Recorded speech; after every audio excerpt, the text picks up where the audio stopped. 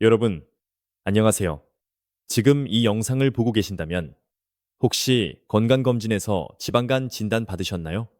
아니면 간 수치가 높다는 얘기 들으셨나요? 그런데 여러분, 가만 생각해 보세요.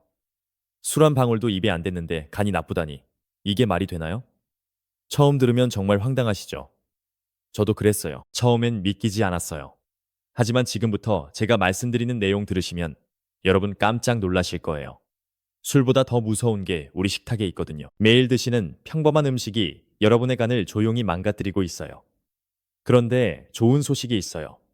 오늘 제가 알려드리는 세 가지 음식만 드셔도 간이 살아나요. 진짜예요. 마트에서 쉽게 구할 수 있는 거예요. 비싸지도 않아요. 자, 그럼 시작해 볼까요? 저는 28년 동안 영양학이랑 대사질환을 연구해 온 사람이에요. 그동안 정말 수천 분의 건강검진 결과를 봤어요. 그런데 여러분, 제가 한 가지 놀라운 걸 발견했어요. 뭔지 아세요? 지방간 진단받으신 분들 중에 10명 중 7분이 이렇게 말씀하세요. 저는 술을 안 마시는데요. 네, 맞아요. 여러분 잘못 아니에요. 술이 간을 망가뜨린다는 건 누구나 알잖아요. 그런데 술 안 마시는데도 간이 나빠질 수 있어요. 더 무서운 건 이거예요. 비알코올성 지방간은요, 알코올성 지방간보다 더 빨리 나빠질 수 있어요. 왜 그런 줄 아세요? 본인이 모르고 지나가기 때문이에요. 나는 술 안 마시니까 괜찮아. 이렇게 생각하는 사이에 간은 이미 심각해지고 있는 거예요. 한 달 전에 부천에 사시는 정모 할머니한테 전화가 왔어요. 올해 77살이신데요. 전화기 너머로 목소리가 떨리시더라고요. 박사님, 저 큰일 났어요. 건강검진 받았는데 간에 지방이 가득 차 있대요. 그런데 저 평생 술을 입에도 안 댔거든요. 정모 할머니는 의사 선생님한테 그랬대요. 저 술 안 마셔요.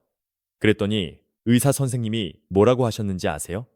그럼 당 섭취를 너무 많이 하신 거예요. 근데 할머니가 또 말씀하시는 거예요. 저 단 것도 안 좋아하는데요. 할머니 식단을 자세히 들여다봤어요. 아침엔 흰쌀밥에 국, 반찬. 점심엔 국수나 칼국수. 저녁엔 또 흰쌀밥. 간식으로 빵이나 떡. 과일도 좀 드시고.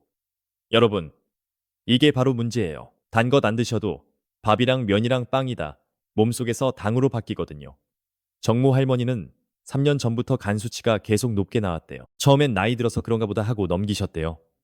술도 안 마시는데 무슨 간 문제가 있겠어요? 그런데 올해는 초음파까지 찍었는데 의사 선생님 표정이 심각하시더래요. 지금 간이 거의 지방으로 덮여 있어요. 빨리 관리 안 하시면 간경화 올 수 있습니다. 그제서야 정모 할머니가 인터넷을 뒤지기 시작하셨어요. 그러다 저한테 연락 주신 거죠. 제가 알려드린 세 가지 음식하고 생활 습관을 8개월 동안 실천하셨어요. 그랬더니 어떻게 됐을까요? 최근에 재검사 받으셨는데 간 수치가 거의 정상으로 돌아왔어요. 초음파 사진 비교해 보니까 지방이 눈에 띄게 줄어 있었어요. 자, 그럼 이제 본격적으로 들어가 볼게요. 술을 안 마시는데 왜 간에 지방이 쌓일까요? 여러분, 우리 간은요, 거대한 공장이에요. 들어오는 모든 걸 처리하는 화학 공장이죠. 밥 먹으면 탄수화물이 당으로 바뀌어서 간으로 들어와요. 간은 이걸 저장해 두었다가 필요할 때 꺼내 쓰고요. 그런데 문제가 뭐냐? 요즘 사람들은 탄수화물을 너무 많이 먹어요. 아침에 빵, 점심에 국수, 저녁에 밥, 간식으로 또 과자, 음료수도 달달하고 간의 저장소가 이미 꽉 찼어요. 그럼 남은 당은 어디로 갈까요? 바로 지방으로 바뀌어서 간에 쌓여요. 이게 지방간이에요. 더 무서운 건 과당이에요.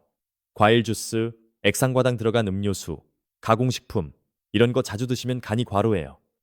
그러면서 지방으로 막 바뀌는 거예요. 여기에 복부 비만까지 있으면 완전 재앙이에요. 배에 쌓인 지방에서 염증 물질이 나와요. 이게 간으로 가서 간세포를 공격하는 거죠. 지방간은 세 단계로 진행돼요. 첫 번째, 단순 지방간, 간에 지방만 쌓인 거예요. 이때는 생활 습관만 바꿔도 충분히 좋아져요. 두 번째, 지방간염. 지방 때문에 간에 염증이 생기고 간세포가 죽기 시작해요. 여기서부터 진짜 위험해요. 세 번째, 간경화. 간세포가 죽으면서 딱딱하게 굳는 거예요. 이렇게 되면 회복이 거의 불가능해요. 간암으로도 갈 수 있고요. 단순 지방간에서 간경화까지 얼마나 걸릴 것 같으세요? 빠르면 5년에서 10년이면 가요. 특히 당뇨 있거나 비만 심하면 더 빨라요. 그래서 증상 없다고 방심하시면 안 돼요. 간은 침묵의 장기라고 불러요. 70% 망가져도 아프다는 신호를 안 보내거든요. 이런 증상이 있으세요? 오른쪽 윗배가 묵직하거나 이유 없이 피곤하거나 소화가 잘 안 되거나 입맛이 떨어지거나 이게 바로 간이 보내는 SOS예요. 특히 복부 비만 있으신 분, 당뇨나 고지혈증 있으신 분은 지금 당장 간 검사 받아보세요. 자, 그럼 이제 가장 중요한 부분이에요. 어떻게 하면 간을 되살릴 수 있을까요? 제가 28년 동안 연구한 결과 세 가지 음식을 찾았어요. 마트에서 쉽게 구할 수 있고 가격도 부담 없는 거예요. 첫 번째는요. 커피예요. 커피요. 그거 몸에 안 좋은 거 아니에요? 이렇게 생각하시죠? 아니에요. 놀라지 마세요. 하버드 의대랑 서울대가 같이 연구했어요. 30년 동안 18만 명을 추적했는데요. 하루에 커피 두세 잔 마신 사람들은 간경화 위험이 무려 67%나 낮았대요. 커피 속에 클로로겐산이라는 성분이 있어요. 이게 간세포를 보호하고 지방이 쌓이는 걸 막아줘요. 간이 딱딱해지는 것도 맞고요. 근데 조건이 있어요. 블랙커피여야 해요. 설탕이나 시럽 넣으면 안 돼요. 그럼 오히려 간에 나빠요. 어떻게 드시냐고요? 아침 식사하시고 30분 뒤에 한 잔, 점심 드시고 또 한 잔, 하루 두세 잔이 딱 좋아요. 너무 많이 마시면 잠 못 자요. 그러니까 오후 3시 이후엔 마시지 마세요. 가격도 저렴해요. 집에서 원두 갈아서 내려 마시면 하루에 1,000원도 안 들어요. 믹스커피 말고 원두커피로 드세요. 실제로 대구에 사시는 이모 할아버지가 계세요. 올해 81살이신데요. 2년 전에 지방간 진단 받으셨어요. 그분도 평생 술 안 드신 분이에요. 제가 커피를 권해드렸더니 처음엔 의심하셨어요. 커피가 간에 좋다고? 그런데 블랙커피를 하루 두 잔씩 1년 동안 드셨어요. 작년 건강검진에서 간 수치가 확 떨어졌대요. 의사 선생님이 깜짝 놀라셨대요. 뭐 하셨어요? 그래서 커피 이야기했더니 의사 선생님도 고개를 끄덕이시더래요. 요즘엔 커피가 간 건강에 좋다는 연구 결과가 많이 나왔다고요. 두 번째는 브로콜리예요. 브로콜리는요, 간 해독의 황제라고 불러요. 설포라판이라는 성분이 들어있는데 이게 간의 해독 효소를 팍팍 높여줘요. 간 공장에 청소하는 사람을 더 투입하는 거라고 생각하시면 돼요. 미국 일리노이 대학교에서 실험했어요. 기름진 거 많이 먹인 쥐들한테 브로콜리를 먹였더니 간 지방이 20%나 줄었대요. 사람도 똑같아요. 어떻게 드시냐고요? 끓는 물에 살짝만 데치세요. 2분에서 3분이면 충분해요. 너무 오래 삶으면 영양소가 다 날아가요. 데쳐서 초고추장에 찍어 드시거나 샐러드로 드셔도 좋아요. 하루에 한 주먹 크기 정도면 돼요. 냉동 브로콜리도 괜찮아요. 오히려 수확하자마자 급속 냉동한 거라 더 신선할 수 있어요. 가격은 한 포기에 2,000원에서 3,000원? 부담 없죠. 제 지인 중에 박모 할머니가 계세요. 75살이신데요. 브로콜리를 정말 싫어하셨어요. 냄새도 싫고 맛도 싫다고. 그런데 지방간 진단받고 나서 마지못해 드시기 시작했대요. 처음 한 달은 정말 힘들었대요. 억지로 먹는 거죠. 그런데 신기한 일이 일어났어요. 두 달쯤 지나니까 소화가 잘 되는 느낌이 들었대요. 속도 편하고 3개월 후에 간 수치 검사했더니 AST, ALT가 다 떨어졌어요. 그때부터 브로콜리가 약이라고 생각하고 매일 드신대요. 지금은 오히려 안 먹으면 허전하다고 하세요. 세 번째는 등푸른 생선이에요. 고등어, 삼치, 꽁치 같은 거요. 이 생선들에는 오메가3 지방산이 풍부해요. 오메가3는요, 간의 염증을 확 잡아줘요. 지방이 만들어지는 것도 줄여주고요. 이탈리아 연구팀이 지방간 환자 200명한테 6개월 동안 오메가3을 먹게 했어요. 그랬더니 간 지방이 평균 30%나 줄었고요. 간 수치도 정상으로 돌아왔대요. 일주일에 두세 번, 손바닥 크기 한 토막씩 드시면 돼요. 구워서 드시거나 조림으로 드셔도 좋아요. 근데 튀김은 절대 안 돼요. 기름에 튀기면 오메가3가 다 파괴되고 오히려 나쁜 기름만 늘어나요. 생선이 비싸다고요? 아니에요. 고등어 한 마리에 4,000원이면 두세 끼는 먹을 수 있어요. 냉동 고등어도 좋아요. 해동할 땐 냉장실에서 천천히 녹이세요. 인천에 사시는 최모 할아버지 이야기 들려드릴게요. 78살이신데요. 고등어를 정말 좋아하세요. 그런데 지방간 진단받고 나서 생선 먹으면 안 될 것 같다고 끊으셨대요. 생선도 기름기 많으니까요. 그런데 제가 설명해 드렸어요. 생선의 기름은 좋은 기름이에요. 오히려 간에 도움이 된다고. 그래서 다시 드시기 시작했는데요. 고등어를 일주일에 3번씩 6개월 드셨어요. 간 수치가 정상으로 돌아왔을 뿐 아니라 혈압도 좋아지고 콜레스테롤도 낮아졌대요. 자, 이 세 가지 기억하세요. 커피, 브로콜리, 등푸른 생선. 이것만 꾸준히 드셔도 간이 완전히 달라져요. 그런데 여러분, 좋아요. 음식도 중요한데요. 언제 어떻게 먹느냐가 더 중요해요. 같은 음식도 타이밍에 따라 효과가 완전히 달라지거든요. 커피는 식후 30분에서 1시간 후에 드세요. 공복에 마시면 속 쓰려요. 브로콜리나 생선은 저녁 식사에 드시는 게 제일 좋아요. 왜냐고요? 밤 사이에 간이 재생되거든요. 그때 필요한 영양소를 미리 공급해 주는 거예요. 식사 순서도 바꾸세요. 채소 먼저 드시고요. 그 다음에 고기나 생선 같은 단백질, 마지막에 밥 드세요. 이렇게만 해도 혈당이 천천히 올라가요. 그럼 간에 지방이 덜 쌓여요. 이제 생활 습관 얘기해 볼게요. 첫째, 아침 공복 운동. 일어나서 30분만 걸으세요. 공복일 때 운동하면 간에 쌓인 지방이 먼저 타요. 격렬하게 할 필요 없어요. 그냥 빠르게 걷기만 해도 충분해요. 주 5회, 하루 30분씩만 해보세요. 3개월 후엔 간 지방이 눈에 띄게 줄어 있을 거예요. 둘째, 저녁 8시 이후엔 아무것도 먹지 마세요. 간은 밤 10시부터 새벽 2시 사이에 제일 열심히 재생돼요. 이 시간에 소화시키고 있으면 재생을 못해요. 배고프시면 따뜻한 물 드세요. 캐모마일 차나 페퍼민트 차도 좋아요. 처음엔 힘들어요. 근데 일주일만 참으면 몸이 적응해요. 오히려 아침에 일어났을 때 몸이 가벼워요.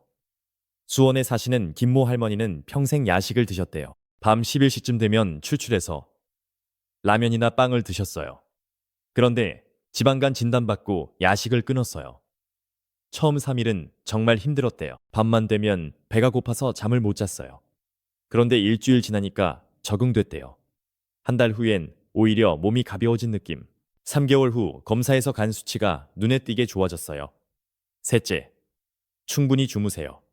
하루 7시간에서 8시간은 자야 해요. 잠이 부족하면 스트레스 호르몬이 올라가는데 이게 간에 지방을 쌓이게 해요. 밤 11시 전에 누우세요. 늦어도 12시 전엔 자야간이 제대로 재생돼요. 넷째, 술은 당연히 끊으세요. 지방간 있으면 한 방울도 안 돼요. 맥주 한 잔은 괜찮겠지? 아니에요. 그 한 잔이 간을 더 망가뜨려요. 주변에서 권하면 어떻게 하냐고요? 당당하게 거절하세요. 저간 때문에 술 못 마셔요. 이렇게 말하면 아무도 강요 안 해요. 다섯째, 스트레스 관리하세요. 스트레스는 간에 최대적이에요. 스트레스 받으면 코르티솔이라는 호르몬이 나오는데 이게 혈당을 올리고 지방을 쌓이게 해요. 하루 10분이라도 명상을 하세요.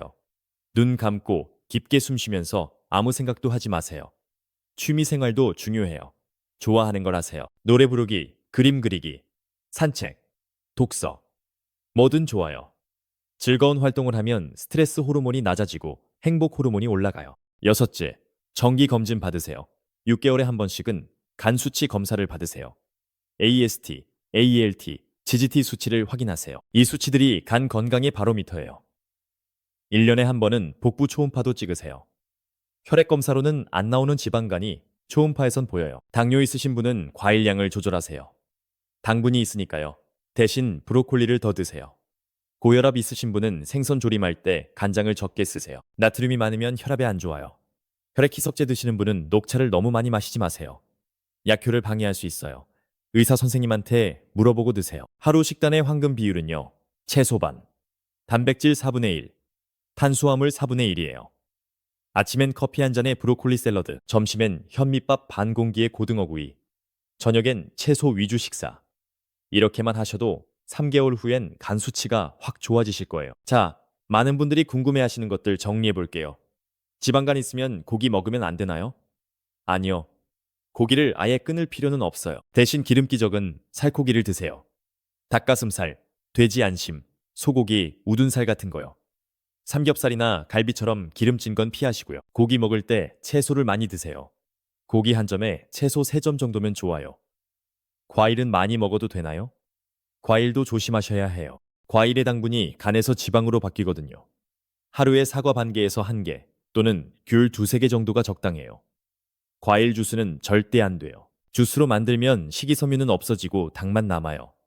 그냥 과일을 씹어 드세요. 보충제를 꼭 먹어야 하나요? 음식으로 충분히 섭취할 수 있으면 보충제는 필요 없어요. 하지만 바쁜 현대인들은 음식으로 다 챙기기 어렵죠.